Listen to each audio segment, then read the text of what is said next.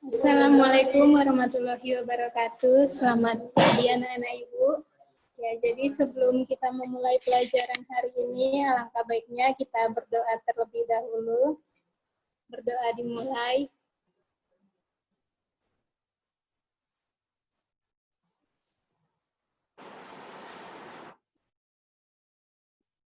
Ya, jadi materi kita hari ini mengenai unsur kebahasaan di dalam surat lamaran pekerjaan. Yang pertama itu ada tanggal surat. Jadi di dalam pembuatan surat itu kita harus membuat tanggalnya agar si penerima surat tersebut tahu kapan surat itu dikirim. Kemudian yang kedua itu ada lampiran. Lampiran itu berkas apa saja yang akan kita berikan di dalam surat lamaran pekerjaan kita. Jadi ketika kita memberikan surat lamaran pekerjaan, kita harus melampirkan berkas-berkas lain pendukung untuk supaya perusahaan itu percaya bahwa kamu itu sebenarnya sudah lulus dari tempat sekolah kamu. Misalnya seperti ijazah atau sertifikat-sertifikat lain yang kamu punyai. Kemudian yang ketiga itu ada hal atau perihal. Jadi ketika kita membuat surat, kita itu harus menulis hal atau perihal. Jadi di sini hal atau perihal itu masuk ke dalam apa tujuan kamu menulis surat itu. Apakah tujuannya untuk memberi pengumuman, ataukah memberi pemberitahuan, atau untuk mencari pekerjaan. Kemudian yang keempat di situ ada alamat tujuan. Jadi ketika kita ingin membuat surat lamaran pekerjaan, kita harus memberikan alamat tujuan yang jelas. Jadi surat itu pun terkirim pada tempat yang tepat. Jadi ketika alamatnya itu salah, maka surat itu juga tidak akan tersampaikan. Kemudian yang kelima itu ada salam pembuka. Jadi di dalam penulisan surat kita itu harus melampirkan salam seperti dengan hormat. Itu dia masuk ke dalam salam pembuka atau hormat saya. Kemudian yang selanjutnya itu ada isi surat yang terbagi lagi menjadi 3 bagian pokok, yaitu pertama ada paragraf pembuka. Jadi di dalam paragraf pembuka dalam sebuah surat lamaran pekerjaan, contohnya itu dengan surat ini saya menyatakan ingin melamar pekerjaan di perusahaan ini berdasarkan lowongan yang diterbitkan pada loker yang ada di Medan misalnya. Kemudian selanjutnya itu yang kedua ada isi surat. Jadi isi surat itu mencakup misalnya kamu ingin bekerja di bagian apa, dan data-data pendukung misal seperti nama kamu, tempat tanggal lahir kamu, alamat kamu. Kemudian selanjutnya ada paragraf penutup. Misalnya itu dengan demikian saya harap agar perusahaan bisa membaca surat ini dan mempertimbangkan untuk menerima saya di perusahaan ini. Itu masuk ke dalam paragraf penutup. Kemudian kalau dia selanjutnya itu kan ada salam penutup. Jadi salam penutup dengan paragraf penutup itu berbeda. Nah, jadi kalau paragraf penutup kan tadi demikian surat ini saya tulis. Kalau dia salam penutup sekian dan terima kasih, itu dia salam penutupnya. Kemudian selanjutnya itu ada tanda tangan dan juga nama lengkap. Jadi saat kamu membuat surat lamaran pekerjaan, kamu harus buat tanda tangan dan nama lengkap kamu.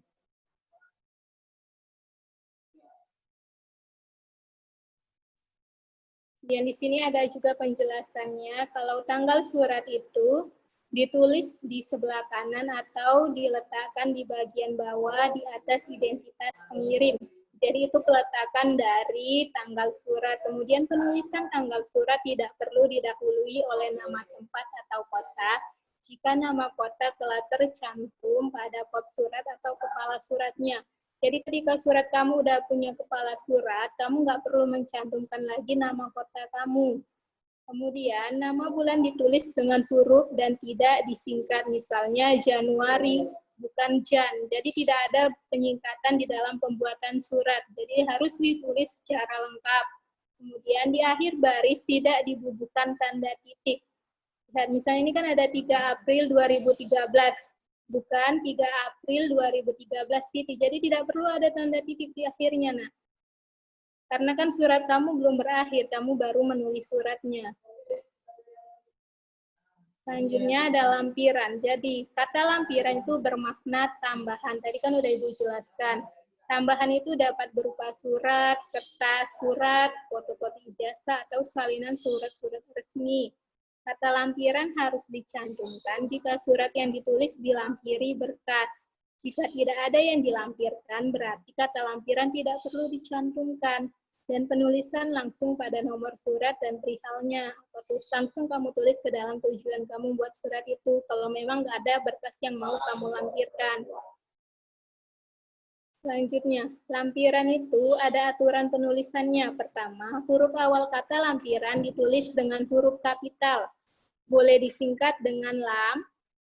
Kemudian, di akhir baris tidak dibubuhkan tanda titik. Selanjutnya penulisan lampiran diikuti tanda titik 2. Jadi ketika kamu ingin membuat lampiran, kamu perlu menuliskan tanda titik 2. Setelah kata lampiran kamu buat tanda titik 2 seperti ini. Selanjutnya antara tanda titik 2 dan kata yang mendahuluinya tidak disela spasi. Jadi tidak perlu ada tanda spasi setelah titik 2. Sedangkan tanda titik 2 dengan kata yang mengikutinya disela spasi agar kita mengetahui batasan dari penulisannya. Perihal surat. Perihal surat sama dengan pokok surat. Nah, makna kata perihal yaitu soal, urusan, atau tentang sesuatu. Jadi perihal itu adalah apa tujuan kamu membuat surat itu. Kemudian aturan penulisannya. Huruf awal kata perihal ditulis dengan huruf kapital. Kemudian, perihal surat diusahakan singkat tetapi jelas. Contohnya pengumuman. Misalnya pengumuman pembagian rapor atau pemberitahuan misalnya pemakaian masker. Itu kan singkat, nggak boleh panjang-panjang. Kemudian, panjang perihal jangan sampai melebihi 1 baris. Nah, jadi kamu nggak boleh lebih dari 1 baris ketika buat perihal. Jadi dia minimal ada 3 kata atau 4 kata. Kata perihal diikuti di akhir baris tidak dibubuhkan tanda titik dan barisnya tidak bergaris bawah. Di dalam perihal itu tidak perlu kita garis bawahi, nah, karena kita di situ kan tidak menerangkan sesuatu secara lebih jelas. Jadi kita nggak perlu lagi buat garis di bawahnya.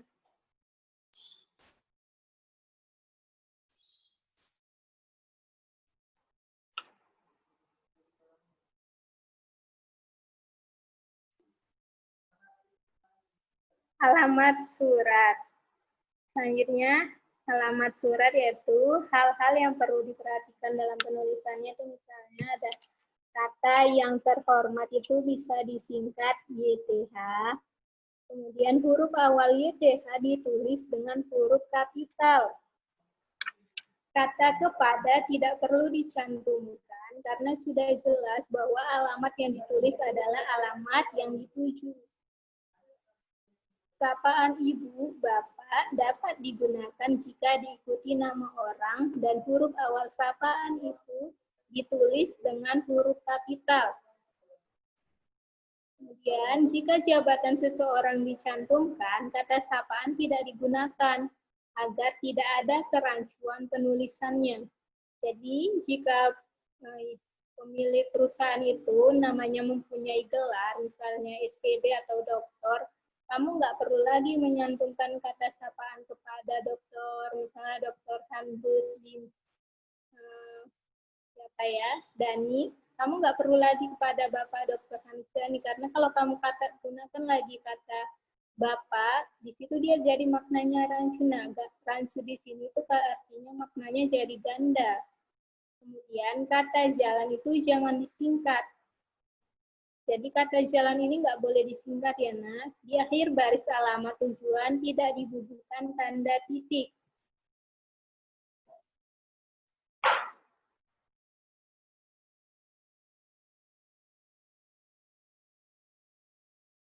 Selanjutnya, salam pembuka. Hal-hal yang perlu diperhatikan dalam penulisan salam pembuka, pertama itu bentuk yang lazim digunakan sebagai salam pembuka adalah dengan hormat. Huruf awal kata dengan ditulis dengan huruf kapital. Penulisan dengan hormat diikuti tanda koma.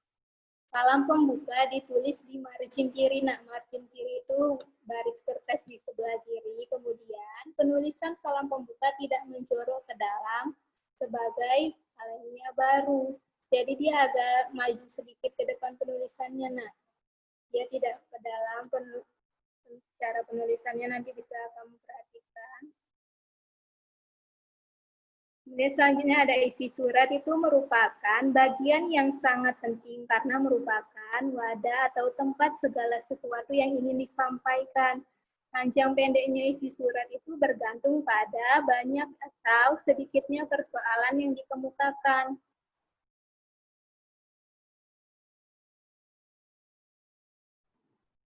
Isi surat itu terdiri atas 3. Pertama itu ada bagian pembuka. Dia dikemukakan permasalahan yang merupakan pengantar atau pendahuluan terhadap permasalahan pokok. Harus menyatakan dengan jelas bahwa pelamar sedang melamar suatu pekerjaan, sehingga perlu mengidentifikasi jenis pekerjaan yang diminati. Kemudian harus dibuat sedemikian rupa sehingga dapat menarik minat penerima surat untuk membacanya. Panjangnya kira-kira 1 paragraf. Jadi kalau bisa dia panjangnya tidak melebihi 1 paragraf, karena kalau terlalu banyak juga pihak perusahaannya kan tidak akan mau membacanya. Nah, kebanyakan. Jadi kamu hanya boleh menulisnya 1 paragraf saja. Biasanya dalam penulisan suatu surat lamaran pekerjaan itu dia tidak lebih dari 1 lembar kertas. Kemudian yang kedua itu bagian inti, harus disusun dengan cermat agar isinya mudah dimengerti oleh penerima surat. Pada bagian inilah hal-hal yang dilampirkan disebutkan, diisi dengan penjelasan, disingkat dan padat tentang kualifikasi yang telah disampaikan di paragraf pembuka, tentang misalnya apa yang saya miliki, misalnya latar pendidikan, kamu pernah sekolah di mana, atau kemudian ada kursus atau pelatihan pernah kamu ikuti, bisa kamu cantumkan di sini. Setelah itu ada pengalaman pekerjaan, misalnya kamu sudah pernah bekerja, bisa juga kamu cantumkan di sini. Itu kan dia menjadi bonus tersendiri untuk perusahaan biar bisa memilih kamu. Kemudian kompetensi, apa keahlian yang kamu miliki di sini bisa kamu cantumkan. Kemudian kualitas pribadi, misalnya sikap kamu itu seperti apa kamu orang yang jujur, mandiri, kemudian minat kamu sukanya apa. Selanjutnya aktivitas apa yang biasa kamu lakukan.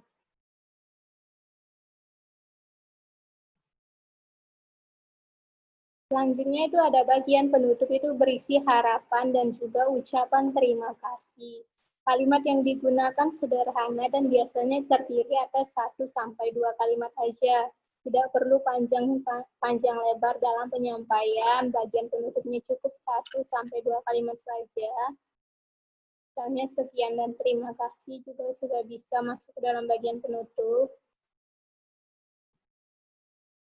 Ya, hal-hal yang harus dicantumkan dalam surat lamaran pekerjaan agar tercapai tujuan pembuatannya diantaranya itu pertama menyebutkan sumber lamarannya.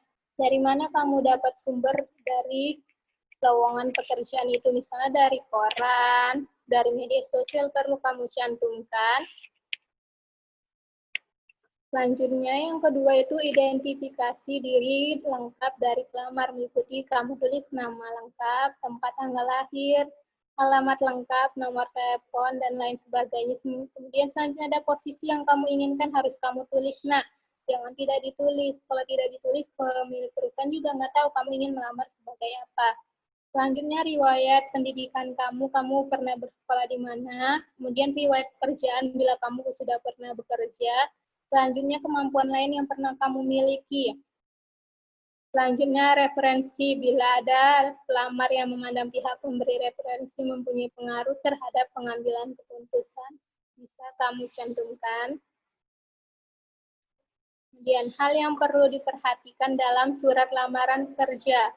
Jadi surat lamaran tidak harus selalu ditulis tangan, kecuali ada permintaan khusus dalam iklan lowongan pekerjaan yang menjelaskan bahwa surat lamarannya harus ditulis tangan. Jadi tidak semua surat lamaran pekerjaan itu harus ditulis tangan. Nah, kamu juga bisa menulisnya dalam Word, dalam Microsoft Word.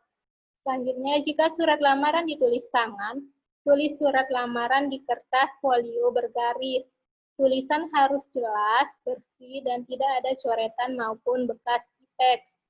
Surat lamaran itu harus diikuti dengan SIPINA atau kurikulum vitae, kurikulum vitae, atau daftar riwayat hidup ya. Tahu kan daftar riwayat hidup? Nah, selanjutnya, pelamar menyebutkan dirinya bukan dengan kata ganti kami, melainkan saya. Kan kalau kami itu dia maknanya banyak. Kan yang mau melamar pekerjaan cuma kamu. Nah, jadi cukup katakan saya ingin melamar pekerjaan pada bidang ini. Nggak perlu kamu katakan kami. Selanjutnya, pelamar menyebut pimpinan instansi dengan Bapak atau Ibu jika sudah jelas pimpinannya. Selanjutnya, calon pelamar itu harus sudah memiliki KTP.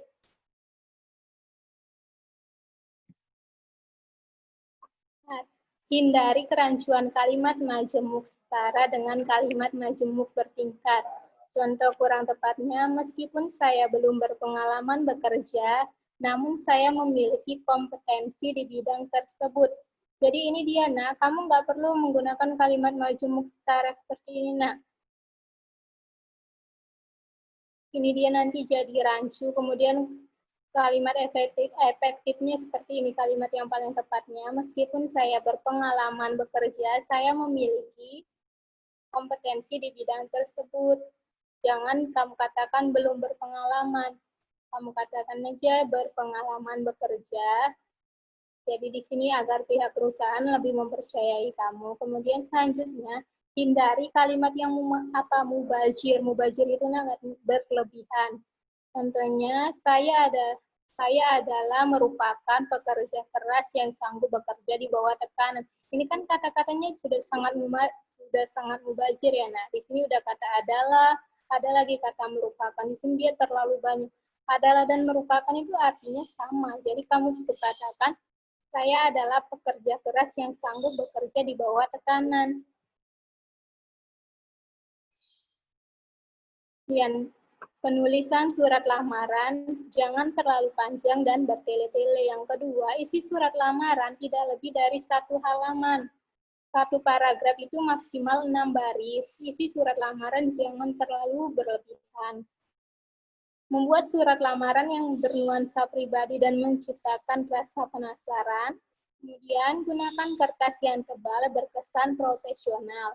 Sesuaikan kesan surat lamaran dengan posisi yang dilamarkan.